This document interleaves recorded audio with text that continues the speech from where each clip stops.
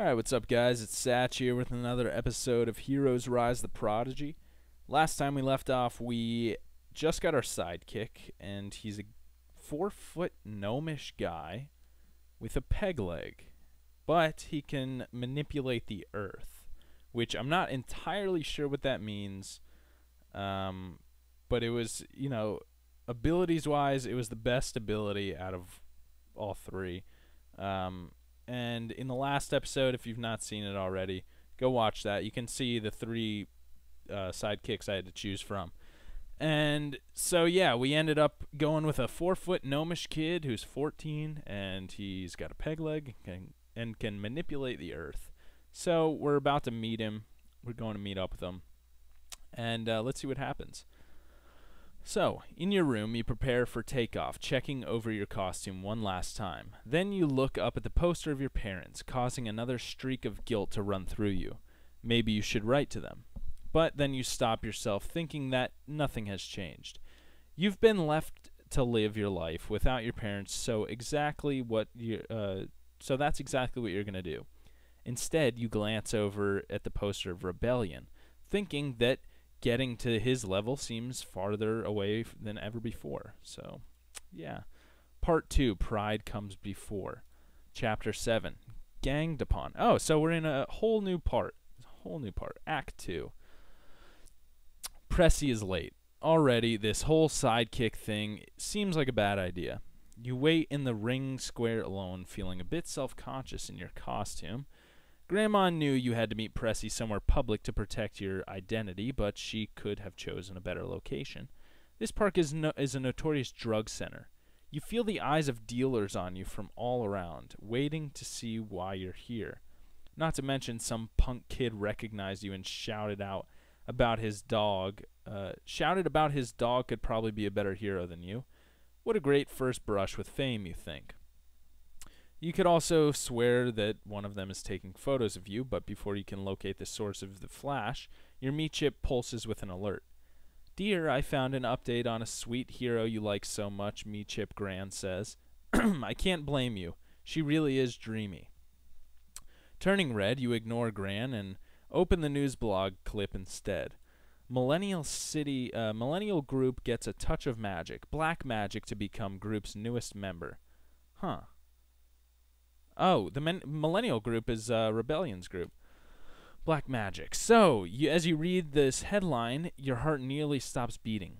Black magic blazed onto the hero scene after single-handedly protecting MC from foreign terrorists' incursion last year. Even though her origin remains completely shrouded in mystery, Black magic is currently MC's most famous solo hero. Especially after receiving the latest Millennia Cities Hero of Tomorrow grant, which is the most esteemed honor that can be bestowed upon any aspiring hero. It doesn't hurt that black magic is absolutely gorgeous either.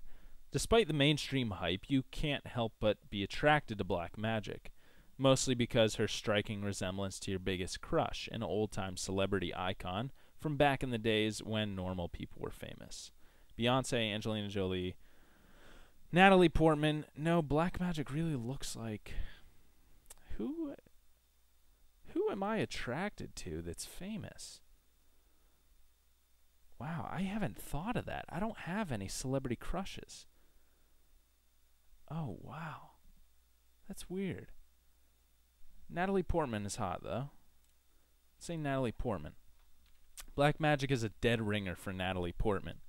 You think she might actually be a direct descendant, but no one knows about her past to be sure. You've always been fine being alone, especially since you haven't had much choice in the matter. Still, there's something about black magic. Whenever you see her, you feel like you might want more.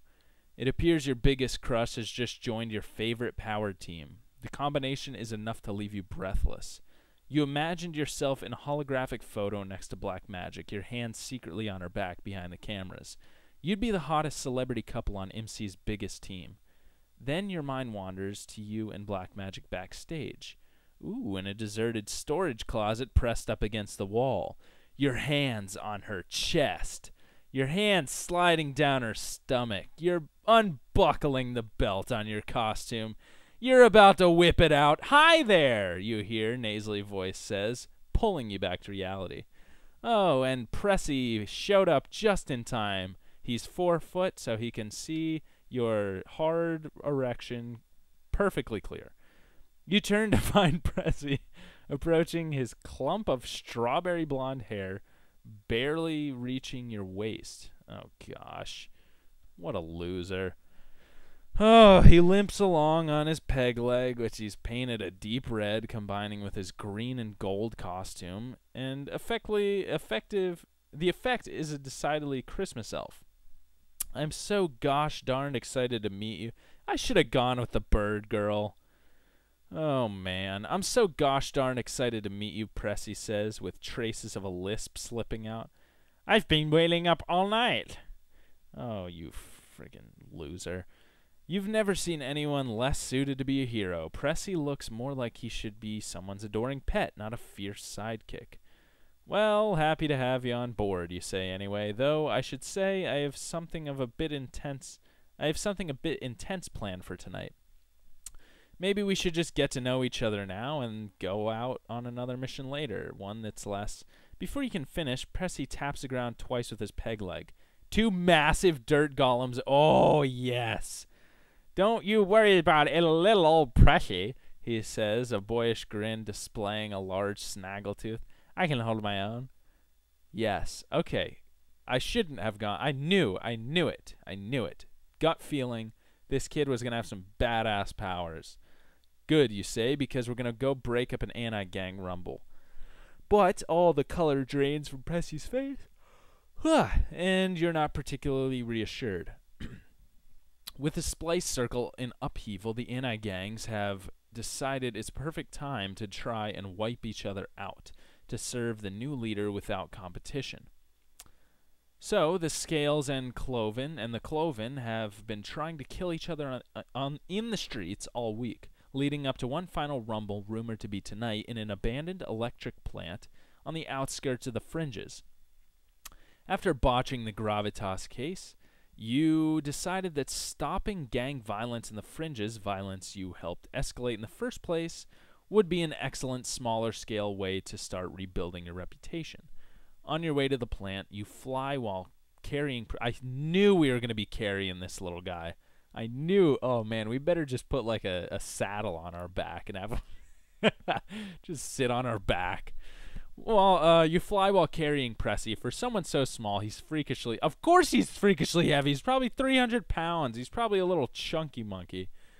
It takes extra power for you to keep afloat with his added weight. Oh, gosh.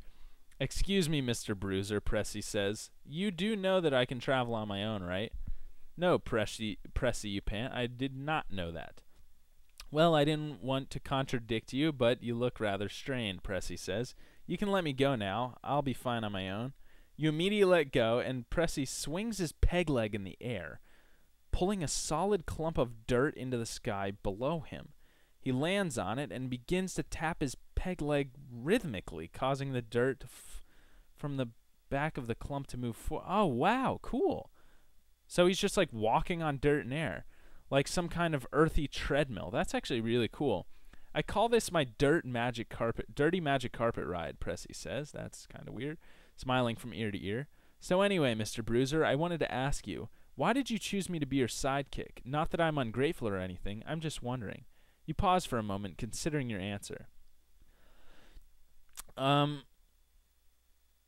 just had a feeling. I could go with, I like betting on the underdog because you're adorable. Does it matter? I honestly did. I just had a feeling. I think you're going to be a great hero. When I saw that he could manipulate the earth, I'm like, you know, one chick could manipulate water. One girl could fly. You know, who cares? I can fly. But this dude can manipulate the earth, and the earth is everywhere. The water's not everywhere. You know, the earth is everywhere. So, yeah. Most excellent, Pressie says, his smile growing wider, if that's even possible. 10 minutes later. It's not long before you're approaching the abandoned electrical plant. So, are you okay with this, Pressie, you ask? Things could get pretty dangerous down there. I don't know much about gangs, but I know how to defend myself, Pressie says. I've had to do that all my life. Good, me too. You nod at Pressie, thinking about the amount of bullying someone like him must have to endure at school. Good, you say, preparing for dive. Then let's do this. You crash through a broken window. What? How does that make sense? How do I crash through a window that's already broken? Followed closely by Pressie, but what you see makes you both freeze. You're too late. Dozens of anti-gang members already cover the ground, lifeless and emptied. Also strewn among the bodies are 7 heroes, all wearing brown and red costumes. At least you hope the red is from their costumes. You gasp as you realize all of them are really young, probably some amateur youth startup team that tried to make a name for themselves by stopping the rumble. You're about to question the wisdom of bringing your brand new teen sidekick into this mess, but your attention is stolen by the vicious battles taking place below you. A few dozen anti-gangsters remain standing, their movements blurring together. Lizard tails and venomous fangs rip into coarsely haired flesh, cloven hooves and twisted antlers bashing thinly scaled torsos everywhere you look. Oh no, you say, frozen in air. The scene is more grisly than you could have imagined. Pressie looks horrified. Despite his big talk a few minutes ago, unfortunately his powers can't keep him hovering next to you. So he begins to plummet downward toward the fray, terror-stricken. You swoop down and scoop Pressie up, flying to the edge of the plant to drop him. Listen to me. Do not get involved in the fighting, you shout. I just want you to get all of those fallen heroes to safety. Can you do that for me? Pressie doesn't even blink, still frozen with fear. You bet he has never seen anything quite as gruesome as the Fringe Gang fight before. Can you do that for me? You shout louder, trying to snap him out of it. Pressie finally nods, so you spin around and dive into the fray. You've got to stop this brawl now. Okay. Use cyclone winds to scatter the fighters across the plant. Slam the ground with a giant energy fist to disrupt the fighters. Drop an energy bomb to disorganize the fighters. Let's go ahead and we'll slam the ground. You generate 2 massive fists of black and blue energy around your hands, the size of small boulders. Then you close your eyes and slam your fists into the ground, causing it to erupt into a massive quake. I think, if we can start working on, like, earthy stuff, too, what's his name? Pressie and I could, we could be a pretty cool duo. When you open your eyes, you find anti-gang members scattered across the plant, completely battered and disorganized. You can make out the sound of Pressie's voice cheering you on in the background. You smile, thinking that this might go smoothly after all. But before you can finish your thought, something sharp sticks into your shoulder. Damn it. You scream as you feel fangs rip at your flesh. Instinctively, you let out a strong energy pulse and the grip loosens. You whip around to see a blonde girl falling to the ground. Her hair flared in the shape of a cobra's head. As she hits the floor, you can see your blood dripping from her fangs. Ignoring this sight, you turn your attention back to the remaining anti-gangsters, knowing they'll probably attack you before tearing into each other. You raise your arms and throw up an energy shield, but find that they've gone numb. Oh, damn it. Within seconds, you feel the numbness travel down your spine, then your legs give out. Crap. Okay, there must have been some kind of venom in that Cobra Girl's bite because now you're paralyzed from the neck down. You swivel your head desperately to see that the gang brawl has started up again all around you. It won't be long before one of them comes to finish you off. I moved those other heroes out of the line of fire, you hear Pressie shout from somewhere nearby. Why are you lying there? That Cobra Girl bit me and now I can't move. Yeah, I'll just say that while I'm paralyzed, so just, calmly explain what's going on. You say, thankful that you can at least speak. Can you get me out of here? Pressie steps over to you and tries to move you, but then his face goes blank. The gang members are coming for us. Pressie, now listen to me. You have to make a stand. No, I can't, Pressie says, looking like he might faint. Yes, you can. Just do what I tell you. You studied Pressie's powered profile